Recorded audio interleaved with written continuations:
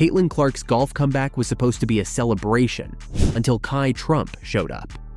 Suddenly, a friendly LPGA Pro-Am turned into a political battlefield. On one side, America's most beloved athlete. On the other, the granddaughter of the current US president. What was meant to be a quiet off-season event has exploded into a full-blown rivalry that no one, not even Caitlin, saw coming. But how did a 22-year-old basketball icon and an 18-year-old golf prodigy end up at the center of one of the most polarizing moments in women's sports? Let's break down what really happened and why this story is shaking two entire leagues. When Caitlin Clark announced her return to the LPGA's ANNIKA Pro-Am at Pelican Golf Club in Florida, fans expected another feel-good moment, a glimpse of her fun side during the WNBA offseason. But this year, things are very different. Clark isn't just a basketball player anymore. She's a billion-dollar brand. Her presence alone transforms every event she touches. Last year's Pro-Am was historic. Ticket sales skyrocketed 12-fold. 34 million social media impressions in just a few days. Golfers couldn't believe the crowds. Fans wearing Fever and Iowa jerseys packed the fairways like it was the Final Four. LPGA officials even called it the most talked about women's golf event in history. This year, anticipation was already off the charts until Kai Trump entered the picture. That's right. Kai Trump, granddaughter of current US President Donald Trump, received a special sponsor exemption to make her LPGA Tour debut at the exact same tournament. The timing couldn't have been more explosive. Kai, just 18 years old, is a University of Miami golf commit. Her inclusion instantly ignited a firestorm online. To some, it looked like a political publicity stunt. To others, a masterclass in marketing. But no matter which side you're on, one thing was clear. This was no longer just about golf. Because when you put Caitlin Clark and a Trump in the same tournament, headlines write themselves. Fans immediately split. Some cheered the crossover moment, saying, "This is great for women's sports." Others accused the LPGA of turning the event into political theater. And right in the middle of it all, Caitlin Clark, who had nothing to do with the decision, found herself dragged into yet another controversy. The story quickly became Caitlin Clark versus Kai Trump. Two completely different worlds colliding. The beloved, squeaky clean basketball superstar versus a name that sparks division wherever it goes. As soon as the news broke, the internet exploded. Hashtags like #TeamClark and #TeamTrump started trending. Golf forums turned into political debates. Even cable networks picked up the story. And if the media circus wasn't enough, tension inside the WNBA added another layer of drama. Remember, Caitlin Clark's golf appearances have always been a sore spot for some players. This year, with Kai Trump added to the mix, that same jealousy flared up again. Players and fans questioned why Clark was getting more attention for swinging a golf club than for her WNBA achievements. But the LPGA didn't care. They leaned all the way in. They paired Clark with world number 1 Nelly Korda and 10-time major champion Annika Sorenstam, basically the Mount Rushmore of women's golf. These legends praised her composure and competitiveness. Nelly Korda even said, "It was like playing with a friend. She's that good." Meanwhile, LPGA executives called her a once-in-a-generation crossover star. They built marketing campaigns around her face. They gave her national TV coverage for a practice round. Compare that to how the WNBA treats her. Underpaid, over-targeted, and sometimes outright disrespected. The contrast couldn't be sharper. And now, as the LPGA event approaches, the narrative has shifted completely. It's not just Clark's return to golf. It's her collision with a Trump. The media started running with sensational headlines. Clark's red carpet showdown. Two worlds collide in women's golf. Politics meets the fairway. And insiders claim Clark was caught off guard by Kai's inclusion. One source said she feared the event could become more about politics than sports. But Kai's camp brushed it off, saying she was just here to play golf. Still, the optics tell a different story. Both women are commanding the spotlight, but for totally different reasons. Clark represents the future of women's sports. Record-breaking viewership, massive crowds, and the power of likability. Kai represents legacy, wealth, and political influence. And when the two step onto the same fairway, it's not just a tee-off, it's a cultural collision. The first day of the Pro-Am is already being hyped like a heavyweight fight. Imagine the scene. Thousands of fans waving Fever jerseys on one side, Trump supporters with flags on the other. Cameras zooming in on every glance, every handshake, every smile that could be read as shade. Sports journalists are calling it a proxy war for America's future of fame. Even ESPN anchors are asking, is this good for women's sports or turning it into a spectacle? One viral tweet summed it up perfectly. This isn't golf. It's reality TV with a scoreboard. But beneath all the chaos, one truth stands out. Caitlin Clark didn't create this rivalry. The media did. She just wanted to play golf, raise the profile of women's sports, and enjoy her off-season. Yet she's once again become the lightning rod for everything: jealousy, politics, and the never-ending debate over who deserves the spotlight. When the cameras start rolling at Pelican Golf Club on November 12th, the world will be watching every move. Will Clark and Kai exchange friendly smiles or icy stares? Will the focus stay on golf or devolve into a headline circus? No one knows, but one thing's certain. Both women are symbols of how powerful attention has become in modern sports.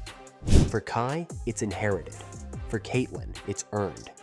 Clark has built her fame on skill, grace, and authenticity, the kind that transcends leagues.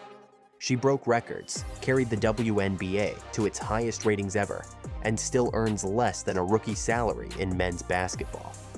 Kai, meanwhile, is stepping into that same spotlight, not through dominance, but through legacy.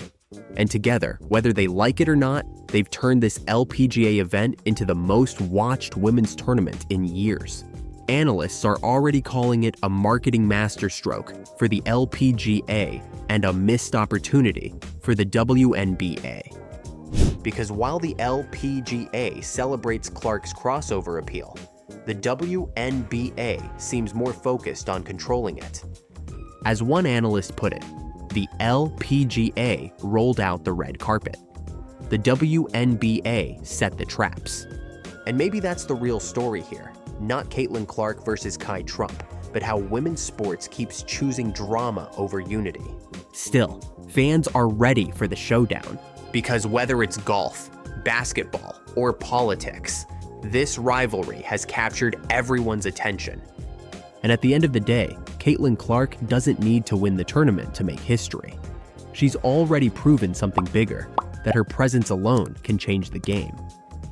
If you're still watching, drop Team Clark or Team Trump in the comments, and let's see which side really wins this rivalry.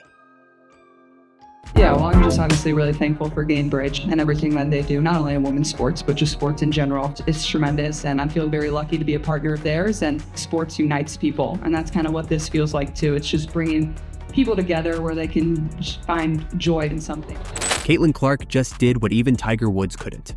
One swing, one record, and one jaw-dropping moment that left the entire golf world in disbelief.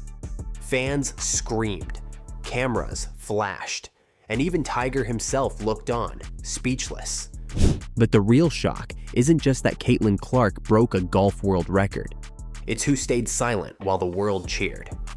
It all began on a breezy Friday morning at the RSM Classic Pro-Am, a friendly celebrity golf tournament that suddenly turned into a worldwide event. It wasn't supposed to be special, just a relaxed off-season moment for athletes and celebrities. But then one name appeared on the lineup, Caitlin Clark, and that changed everything. They are going to do what's best for business, unlike the WNBA. Let's be clear here. It's just so funny, and I said this in a video before. Every league understands the value of Caitlin Clark. Every single league, and we're going to get into this article, every single league from Major League Baseball, the NFL, the NBA, everybody seems to understand the value that Caitlin Clark brings to the table, except guess who? Except who? The league she plays in, the WNBA. Kathy, in my opinion, this is the reason you gotta go. By sunrise, fans were already lined up outside the gates. Golf tickets sold out faster than ever before. For the first time in the tournament's history, there were more Caitlin Clark jerseys than golf hats in the crowd. Every camera, every reporter, every fan. They weren't there for Tiger or for any LPGA legend. They were there for her. When the announcer's voice echoed through the speakers, from the University of Iowa, now representing the Indiana Fever, please welcome Caitlin Clark. The crowd erupted, but then came silence. You could hear the wind brushing through the grass. She took her stance, steady and calm. And when she swung, boom! The sound of that first drive echoed like thunder, straight, clean, powerful. Her very first shot landed beyond 270 yards. Reporters rushed in, fans screamed, cameras flashed. Tiger Woods smiled from the sidelines. Steph Curry turned to a reporter and said, "That's the best first swing I've ever seen." And just like that, the basketball queen was suddenly the hottest name in golf. Golf Digest called her the most natural crossover athlete since Michael Jordan. ESPN's headline read, "Caitlin Clark just changed golf forever." But while the golf world opened its arms to her, the WNBA world grew strangely quiet. As the internet exploded with clips of her perfect drive, fans began to notice something. Some of Caitlin's biggest rivals, Angel Reese, Aja Wilson, even a few WNBA teammates, had said nothing. No tweets, no congratulations, just silence. As one fan commented, "Every media outlet in the world is talking about Caitlin Clark, and the WNBA still acts like she doesn't exist." Meanwhile, the golf community embraced her like a hero. LPGA star Nelly Korda walked right up to Caitlin and said, "You're welcome here, you belong here." Another pro, Maria Fassi, told reporters, "Caitlin's energy is pure. She brings a fire we've been missing." In basketball, she'd been treated like an outsider. In golf, she was treated like royalty. And that contrast between rejection and recognition only made her next moment even more historic. Hole 7, a par 4, where even pros sometimes miss the green. The crowd went silent again. Caitlin Clark adjusted her stance, her eyes locked on the flag. The wind picked up. She exhaled one deep breath and swung. The ball soared through the air like it was guided by destiny. It landed perfectly on the fairway, rolled, and stopped within inches of the cup. Gasps, cheers, pure chaos. Commentators couldn't believe it. She wasn't just good, she was elite. When the round ended, Caitlin finished 13 under par, breaking the Pro-Am's all-time record. Let that sink in. A basketball player walked into golf and broke a world record on her very first try. Tiger Woods, standing off to the side, told reporters, "That was one of the cleanest, most confident swings I've ever seen from a non-pro." And Steph Curry joked on Twitter, "Caitlin Clark might just be better than me at this point." Within minutes, Caitlin Clark Golf was trending #1 worldwide. Golf Digest, ESPN, Bleacher Report. Every outlet had the same headline. She did what Tiger Woods never could. But it wasn't just about the swing. It was about what it represented. Event organizers said ticket demand increased 1,200% the moment Caitlin was announced. Everywhere she goes, the numbers follow. Attendance, ratings, merchandise. They call it the Caitlin effect. And this time, even Tiger Woods was part of it. Later that day, Caitlin sat down for an interview. She smiled and said, "I came here just to have fun, but I guess I can't stop competing." Her parents watched proudly from the crowd, tears in their eyes. Her mom said, every time she picks up something new, she gives her whole heart to it. And that's the difference. While others tried to tear her down, Caitlin just kept showing up, proving that greatness doesn't depend on where you play, but how you play. In basketball, she was criticized for stealing headlines. In golf, she was celebrated for making history. She didn't switch sports, she switched the narrative. Because here's the truth, Caitlin Clark didn't just hit a record-breaking shot. She shattered expectations again. And in doing so, she reminded the world what real talent looks like when it's not held back by politics or jealousy. That single drive wasn't just a highlight, it was a statement. For years, people have told female athletes to stay in their lane, but Caitlin Clark just showed the world that there is no lane. She's not just a basketball player anymore. She's a movement, a living, breathing example of what happens when you refuse to be boxed in.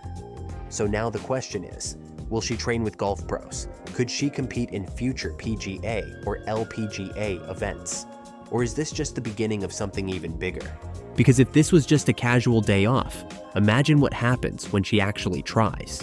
Caitlin Clark didn't just swing a golf club, she swung open a door. For every woman who's ever been told, you don't belong here. And she didn't need a league, a coach, or a spotlight to do it. Just her drive, literally. If you're still watching, drop GOATSWING in the comments. And don't forget to subscribe, because this isn't the end of Caitlin Clark's story. It's just the beginning of her legend. Time to face reality, guys. It is time to face reality. 2026 WNBA season is cooked. It's cooked where it's cooked like Thanksgiving food. It's all cooked. It is over. It's done. Finito. There will be no 2026 WNBA season. The WNBA is officially on life support. Players are fleeing, owners are under investigation, and the league's future has never looked darker. But this isn't just about missed deadlines or failed negotiations. Something far bigger is happening behind the scenes. And when you see who's really pulling the strings, you'll understand why some people actually want this league to die. It all started with one simple deadline. October 31st, the final day for the WNBA and its players' union to extend the current CBA. That extension never came. As it seems, we were hoping for a 60-day extension because we know the October 31st deadline is 3 days away. No extension has been signed. The last time that there was CBA negotiations and an extension had to be signed, it was signed 3 days before the deadline. We are now 3 days before, no extension agreed on, no negotiation movement. The 2026 season is cooked, and we have articles stating it here. It is over. They're not even getting an extension done. This is ridiculous, and I feel like there's some ulterior motive stuff going on with Unrivaled and a bunch of other nonsense that is stopping the WNBA 2026 season. Radio silence. 3 days before the cutoff, the same window when they struck a deal last time, nothing happened. The Players Association wasn't budging. The league was scrambling. And fans who had waited all year to see Caitlin Clark dominate again were suddenly facing a nightmare. No 2026 season at all. Let's go. I'm pissed. I wanted to see Caitlin Clark absolutely destroy these ladies this season. I was ready to watch her cook them. Now, you're telling me we can't even get an extension done. This is wild. Carly Bell, who's been tracking the talks closely, dropped a bomb on social media. We all knew the CBA wouldn't be resolved. That was expected. But with these public jabs between the W and the Players Association, an extension might not happen at all. Those public jabs weren't just harsh words. They were open shots at the NBA's top boss, Adam Silver. The Filippo reported that the WNBA has offered players a 30-day extension to continue negotiations for a new collective bargaining agreement. An extension before the current CBA expires Friday would allow both sides more time to work toward a new deal, even though if one is not implemented, both parties could continue to negotiate in good faith. If an extension is not reached, it could open the door for a potential work stoppage, either a strike initiated by the players or a lockout initiated by the owners. A source said the players might be willing to consider an extension under the right circumstances, but they feel those circumstances do not yet exist. And that line in this article is the one that stood out to me, because basically the players at this point in time are saying they're not sure if they're even going to accept the offer of an extension. The players' union literally trolled the NBA commissioner online. And you know what happens when you publicly embarrass the man who controls your funding? Yeah, it never ends well. But why would they risk everything? Because there's power in not signing. There's profit in letting chaos unfold. Enter a new name, Unrivaled. A flashy 3-on-3 league created by Brianna Stewart and Nafisa Collier. Players are already signing contracts. Investors are pouring in millions. And suddenly, every headline about the WNBA's collapse pushes Unrivaled further into the spotlight. Think about the timing. The WNBA's deal collapses just as Unrivaled surges. No WNBA season means every player looking for income and attention goes there. More exposure, more control, more money. This isn't bad luck. It's negotiation warfare. The players have leverage now. They're telling the league, give us everything we want, or we'll just go somewhere else.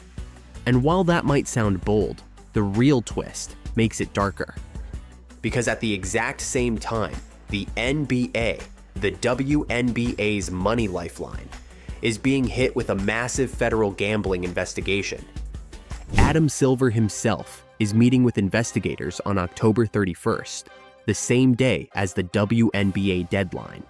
Coincidence? Not a chance. The NBA brings in around $10 billion a year. The WNBA barely touches $200 million.